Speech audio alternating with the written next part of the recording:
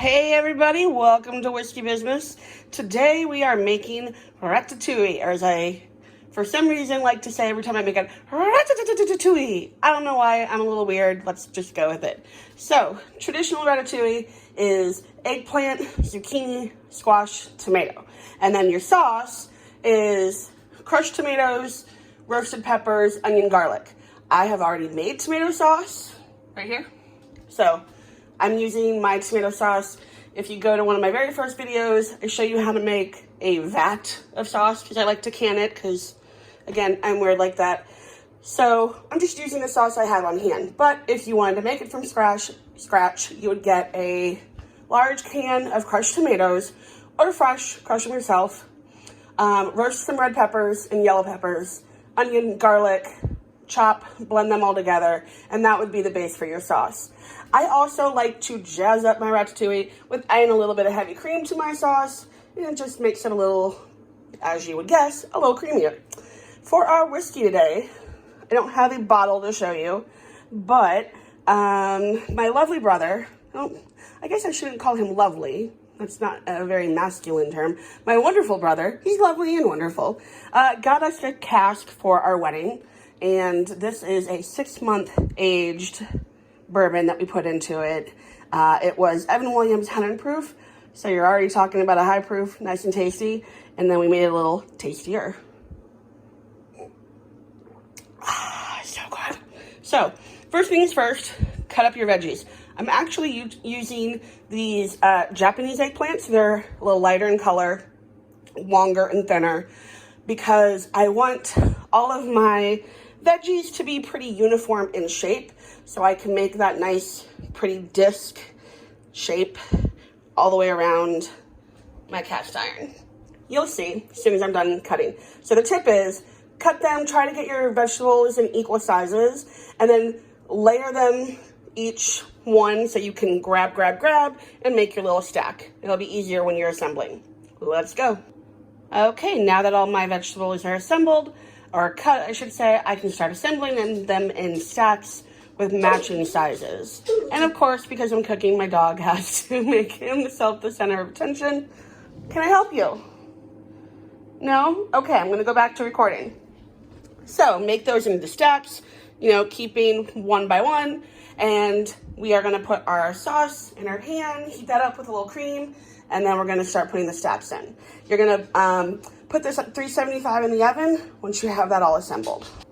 Okay, while I have my skillet getting warmed up for me to put my sauce in, my wonderful husband, AKA my sous chef, say hi.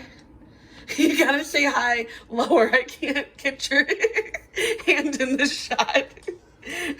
As you can tell, there's kind of a theme with our family where we're not on camera. People always ask me, my friends always ask me why I'm not in the videos. Because when I'm watching a cooking video, I don't want to see the person, I want to see the food. And I want it to get to the food. I don't want to hear a long story about how you were hiking and slipped and fell and met a stranger and 20 minutes later you're starting the cooking. So this is why we don't show. We just get to the food.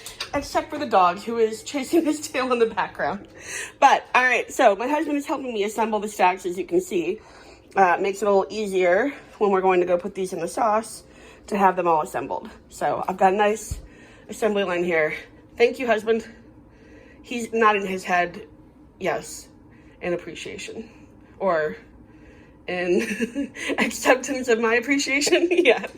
All right, so let's get going with the sauce. Okay, I've added my sauce in about 1/4 of a cup of cream.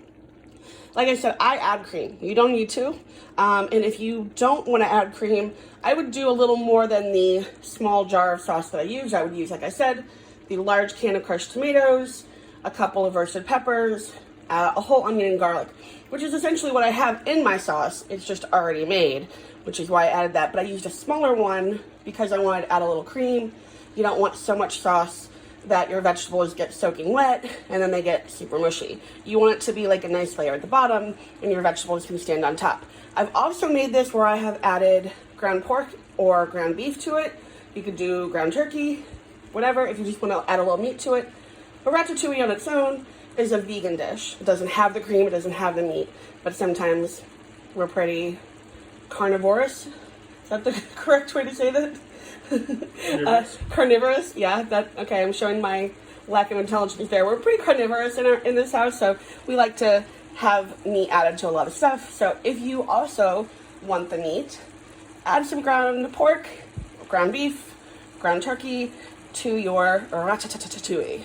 So as you can see, we are just taking these steps, and then we are going to circle the pan and put them upright and keep on going into the center. So I've got my first ring, and now we're going to fill in the center. I've actually run out of tomatoes, which is fine. So now we're going to just fill it with the rest of it. It's kind of hard to tell how many you need for that sort of thing. I think I had about 5 Roma tomatoes, so 7 probably would have worked. And then 2 zucchini, 2 squash, 2 eggplant. The first time I made this, I had the regular eggplant, and it's fine, but those discs are going to be much bigger. You can kind of quarter them and then put the rounder side on top, so you get that nice pretty ringed effect. And now we have our completed centered ring. So now I'm just going to take some herbs and some olive oil and some chopped up garlic, drizzle that on the top. We are going to place some parchment paper, the size of our cast iron, over that. That'll keep those vegetables in a nice bright color, and then we are going to bake it for an hour. All right, so in olive oil, I've got parsley, garlic, oregano, basil, rosemary, and a little sage. And we are just going to kind of drizzle that all around, cover it with our circled parchment that we've cut out, thanks to my sous chef husband, and bake it at 350 or 375, excuse me, for an hour. And it looks like that. Oh, and I forgot to mention, of course, nice fresh kosher sea salt and cracked pepper in that as well. Cover it, put it in the oven, let's go. And we have our finished product. Not quite as vibrant as I had hoped, but still beautiful color. So we are going to serve this up with a little bit of bread, and we are good to go. And voila, there we have the final product. I got just a little bit of sourdough baguette to go along with it, and I took some of that creamy sauce from the bottom, drizzle it into the side there, and we are done. So that is our ratatouille, or just ratatouille if you're not a dork like me. I hope you like it. Try it. Tell me comments, concerns, questions, anything. Any suggestions you have on other meals you want me to make. Like, subscribe, hit the little bell, and I'll see you next time.